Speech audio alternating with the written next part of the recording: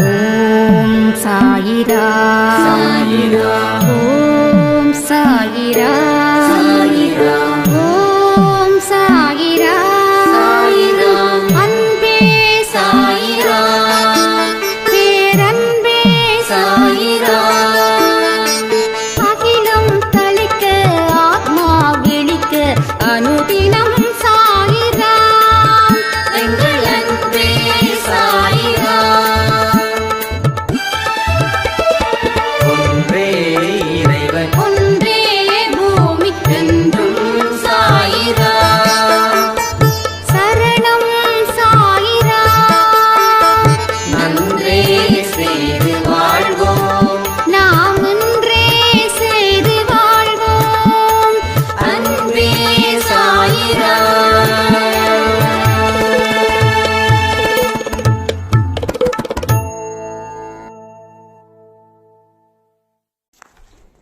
சாயிரா.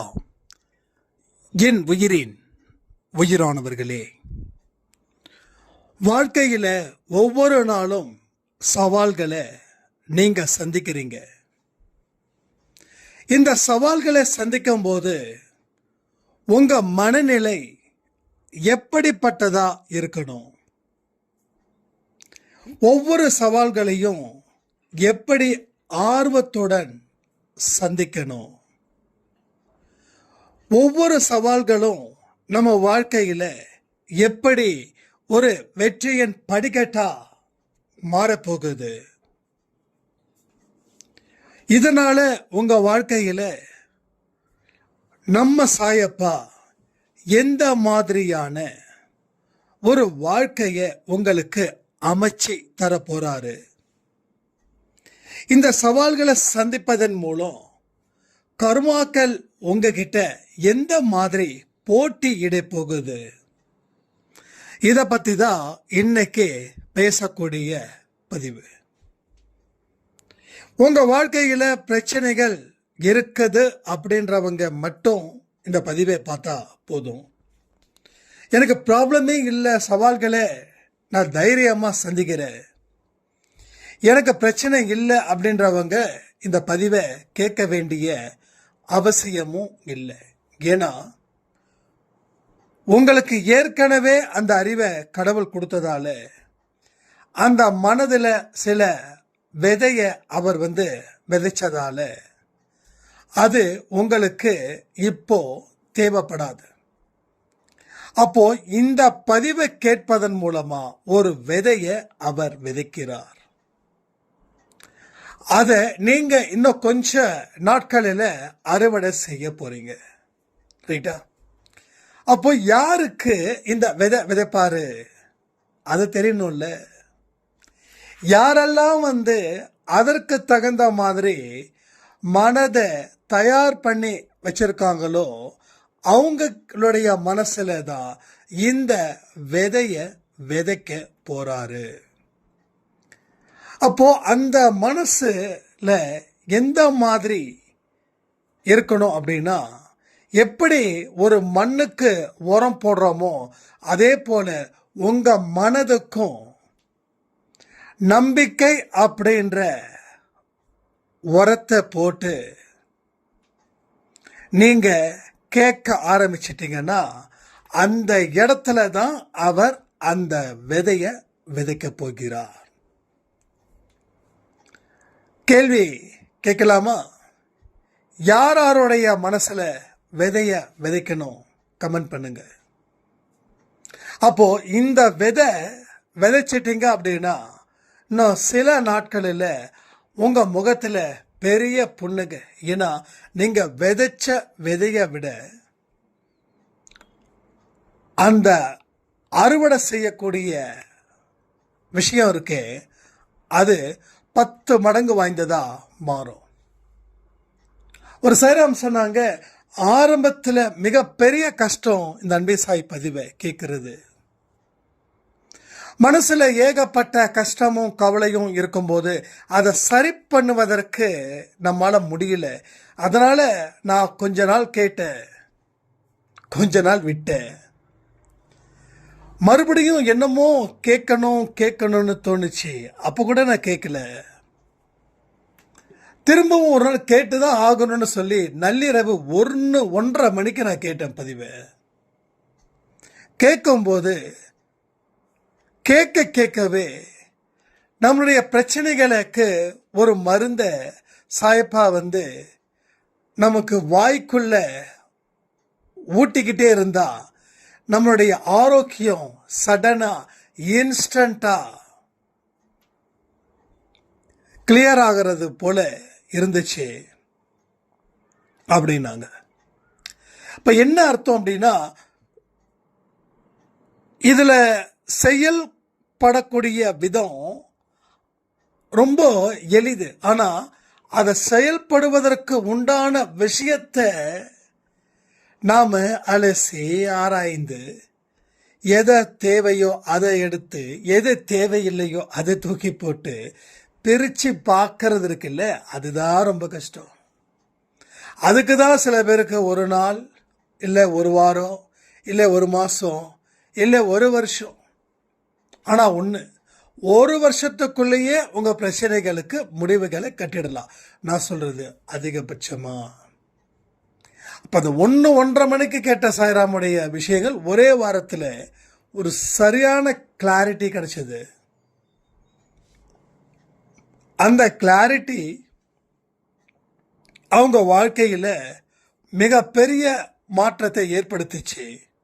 அப்போ அவங்களுக்கு இயல்பாக ஒரு வாரத்தில், உங்களுக்கு இயல்பாக ஒரு வருஷத்துல, அவ்வளவுதான். ஆனா நடக்க வேண்டியது கண்டிப்பா நடக்கும். என்னைக்கு நீங்க அவரிடம் உங்களை ஒப்படைத்தீர்களோ, ஒப்படைக்கப்பட்ட மறுகணமே அவர் விதைய போட்டுட்டார்னு அர்த்தம். அதனால நம்பிக்கையோட இந்த பதிவை முழுசா கேளுங்க. ஒரு சவால்களையும் நாம் எப்படி சந்திக்க வேண்டும் என்றால், இது சாய்ப்பா நடத்தக்கூடிய போர்.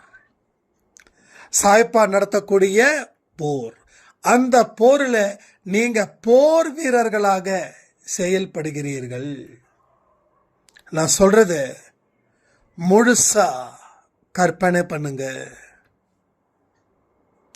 அவர்தான் இந்த போரை வழி நடத்துறாரு. நாம எல்லாரும் என்னது, அந்த போர் வீரர்கள். இந்த போர் வீரர்களா இருந்து அந்த போராட்டத்தை நம்ம நடத்துறோம். நமக்கு தலைமை தாங்குறவரோ கடவுள். ஒவ்வொரு யுத்திய பயன்படுத்துறாரு. சில இடத்துல பொறுமையாயிரு, சில இடத்துல வேகம் எடு, சில இடத்துல ஸ்லோவாயிரு, சில இடத்துல எதுவுமே செய்யாத, சில நேரத்துல பதுங்கு, சில நேரத்துல பாஞ்சிடு. ஆனா வெற்றியை தீர்மானிக்கிற சக்தியை எனக்கு கொடுத்துடு. ஒட்டுமொத்த சக்தியை நீ ஏற்படுத்து.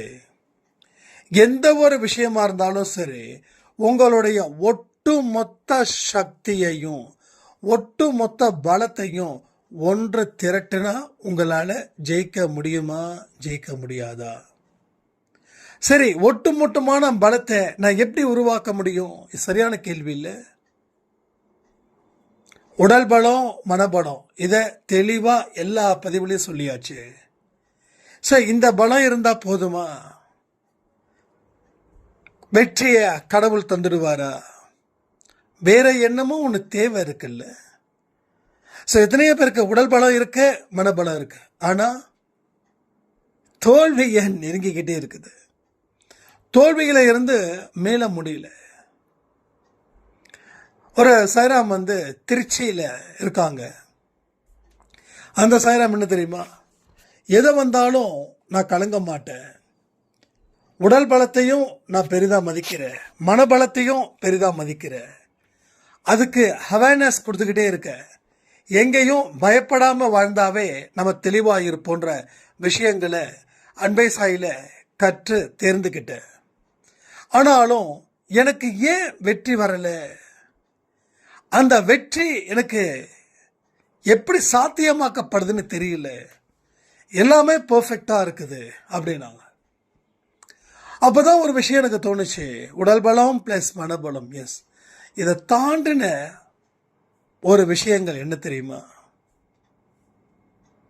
நம்ம நிறைய சொல்லிட்டோம், இருந்தாலும் இந்த பாயிண்ட்டை வச்சு சொல்லும்போது அது இன்னும் உங்களுக்கும் அது யூஸ் ஆகிருக்கும்ல. அப்போ ஏழைகளுக்கு உதவி செய்வது,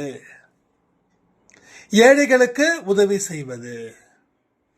இப்போ அவர் சொல்றாரு, இது வரைக்கும் ஏழைகளுக்கு நான் உதவி செய்யலைங்க, ஏன்னா என்கிட்ட எந்த விதமான ஏழைகளும் இங்க இல்லைங்க அப்படின்னு. அப்போ ஏழைகள் தான் முன்னாடி வந்தா அவர் உதவி செய்யறாரு. ஏழைகள் இல்லாதப்போ ஏழைகளை தேடி கண்டுபிடிச்சு எப்படி உதவி செய்ய முடியும் அப்படின்னு அவருடைய கேள்வி. இது அருமையான கேள்வி, உண்மையில சொல்ற அருமையான கேள்வி. அதுக்காக உதவி செய்யாம இருந்துட முடியுமா? ஒன்றும் இல்லை. ஒரு டாக்டர் உங்களுக்கு பிரிஸ்கிரிப்ஷன் எழுதி கொடுக்குறாரு. நீங்கள் வெளியூர் போகிறீங்க, மாத்திரை எடுத்துகிட்டு போக மறந்துட்டீங்க. அப்போது அந்த பிரிஸ்கிரிப்ஷனை கொடுத்து அந்த மெடிக்கல் ஷாப்பில் அந்த மாத்திரை கேட்குறீங்க. அந்த மாத்திரை அங்கே இல்லை. அதனால் நீங்கள் என்ன பண்ணுவீங்க? மாத்திரை இல்லைன்னு சொல்லி நிறுத்திட முடியுமா? உடனே உங்கள் ஹாஸ்பிட்டலுக்கு ஃபோன் பண்ணுறீங்க. ஃபோன் பண்ணி இந்த ஊரில் இருக்க இந்த மாத்திரை இல்லை, வேறு எந்த மாத்திரைன்னு சொல்லி நீங்கள் அதுக்கு ஆல்டர்னேட் தேடுவீங்களா, தேட மாட்டீங்களா? அப்போது மெடிக்கல் ஷாப்பில் என்ன சொல்லுவாங்க? ஓகேங்க, இது தாராளமாக வாங்கலாம், அந்த என்னென்ன இது இருக்கோ அதே தான் இந்த கெமிக்கல் இதுமே இருக்குது, அதனால் நீங்கள் தாராளமாக நீங்கள் வாங்கலாம், ஒன்றும் பிரச்சனை இல்லை அப்படின்னு சொல்கிறாங்க. இப்போ நீங்கள் ஒரு தடவை டாக்டர்கிட்ட கேட்குறீங்க, இல்லை டாக்டர் வேறு மாத்திரையை சொல்கிறாங்க, நீங்கள் எங்கேன்னு சாப்பிட்றீங்க. அப்போது மருந்து இல்லை என்றாலும் மருந்தை தேடி கண்டுபிடித்து மருந்தை வாங்கி நீங்கள் உட்கொள்கிறீர்கள். ஏன்னா உயிர் முக்கியம் இல்லை? உயிர் முக்கியம் தானே. உயிர் வாழ்றதுக்கு தானே மாத்திரை மருந்து சாப்பிட்றோம். மாத்திரை மருந்து சாப்பிட்றதுக்கு யாருக்கு தான் பிடிக்குது? சின்ன குழந்தையில இருந்து பெரிய தாத்தா பாட்டி வரைக்கும் பிடிக்குதா? அப்போ ஏழைகள் இல்லைன்னா ஏழைகளை தேடி கண்டுபிடிச்சி உதவிகள் செய்யணுமே. ஆனால் இப்போ நமக்கு பிரச்சனை இல்லைங்க. ஃபஸ்ட்டு ஒரு 3-4 மாதம் ரொம்ப ப்ராப்ளமாக இருந்தது. இப்போது இங்கே நீங்கள் 100, 500 இப்படிலாம் அனுப்பும்போது இதை சரியான டைமில் கொடுத்துடணும். அதுக்கு தான் அந்த அன்பை சாய்க்கு ஒரு தனி நம்பர். அதில் கூகுள் பே மட்டும், வேறு எதுக்கும் யூஸ் பண்ணுறதே கிடையாது. எப்பப்பெல்லாம் கேஷ் வருதோ அப்போல்லாம் எங்கே ஒரு ஒரிஜினாலிட்டி உண்மையாக ஒரு கொடுக்குறோமோ அங்கே நம்ம கொடுத்துட்றோம். அப்போது உதவி செய்யும் எண்ணம் இருந்தால் உதவி பெறுபவர்கள் ஆட்டோமேட்டிக்காக கடவுள் காட்டுவார். அப்போ என்னாச்சு? ஏழைகளுக்கு உதவி செய்வதன் மூலமாக கிடைக்கக்கூடிய பலன் வேணும்ல, அது ஒரு பெரிய பலன்தானே. அதை நாம் சரி பண்ணணும்ல. அதை சரி பண்ணாதானே அடுத்த கட்டத்துக்கு உண்டான வழிகளும் அடுத்த கட்டத்துக்கு உண்டான முயற்சிகளும் இங்கே நடக்கும். அதை புரிஞ்சுக்கலைன்னா என்ன அர்த்தம்? அப்போ ஏழை எளியவர்களுக்கு செய்யக்கூடிய உதவிகள் மூலமா பெறக்கூடிய பலம் வேணும்.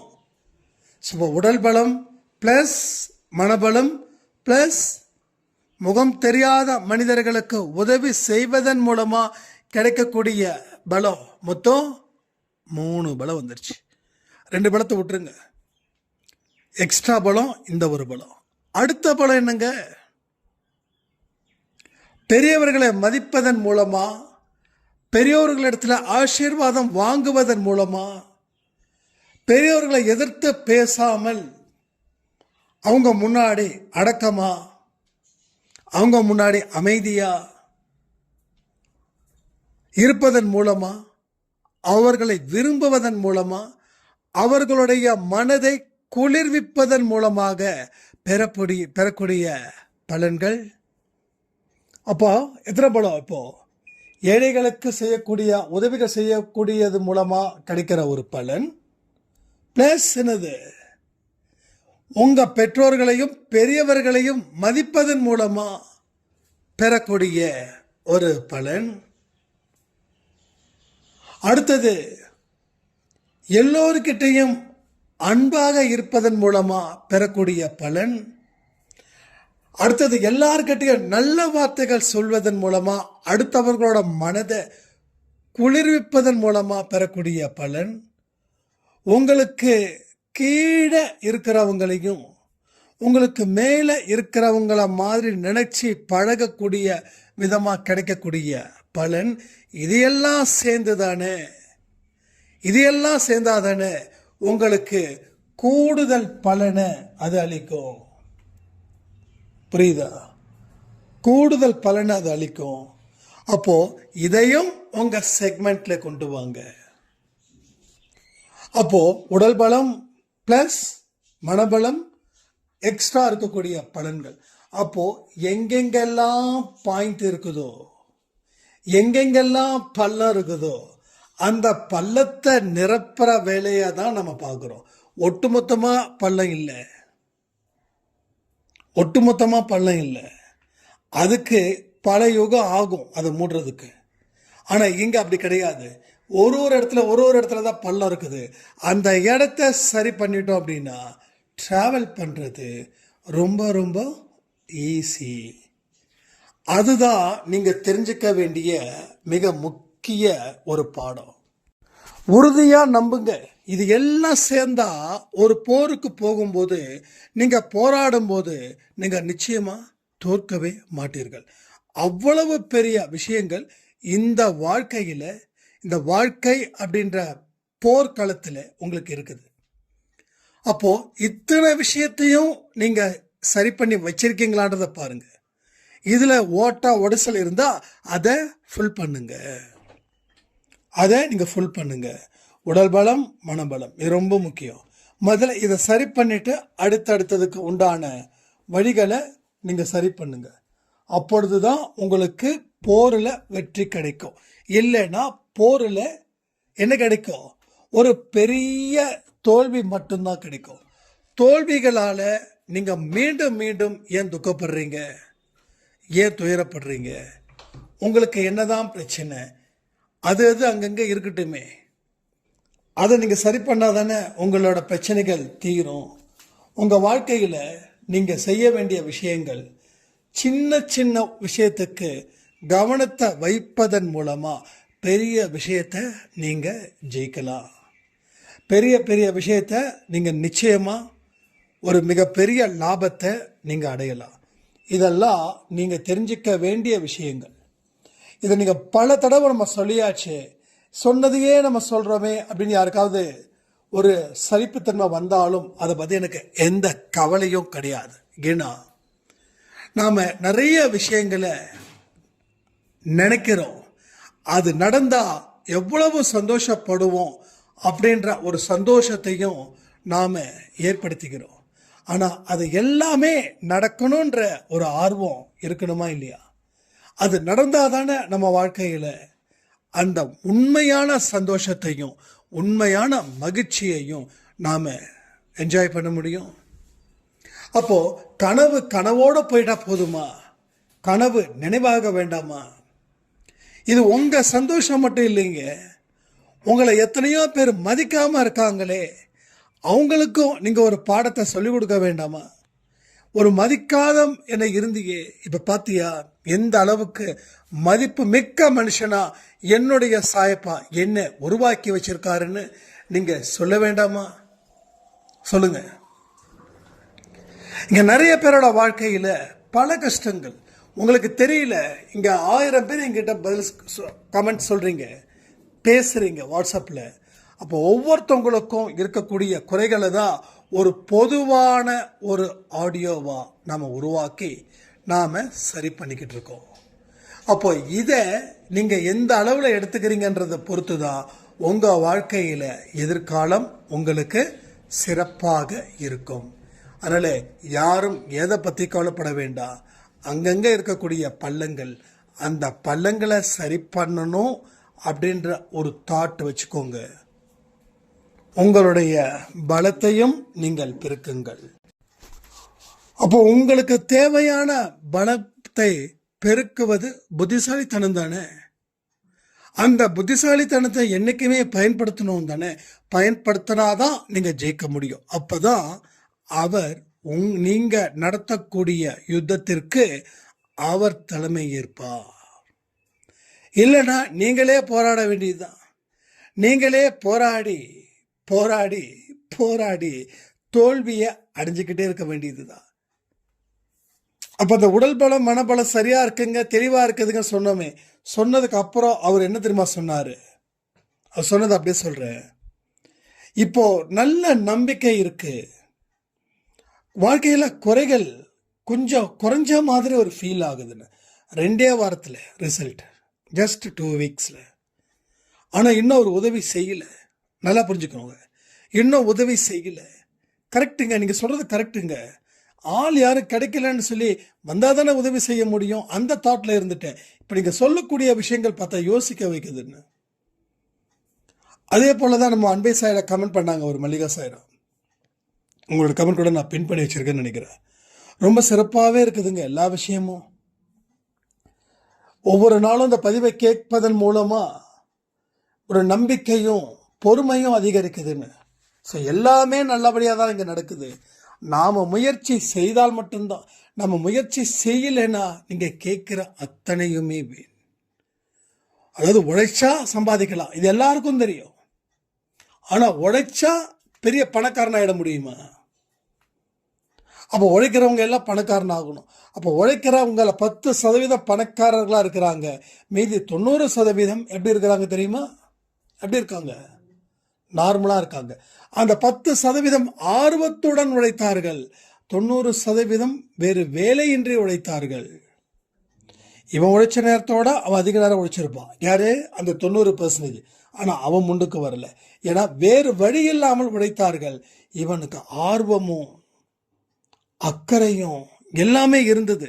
அப்போ முழு மனதோட இவன் உழைத்தான், இவன் பணக்காரனான். அவ்வளோதான். இது ஒரு எக்ஸாம்பிளுக்கு தான் சொல்கிறேன். எல்லா விஷயத்திலையும் ஆர்வத்துடன் செய்து பாருங்கள், நீங்கள் உங்கள் வாழ்க்கையில் எங்கேயோ போவீங்கன்னு சொல்லி இந்த பதிவை நான் முடிக்கிறேன். ஜெய் சாய்ராம்.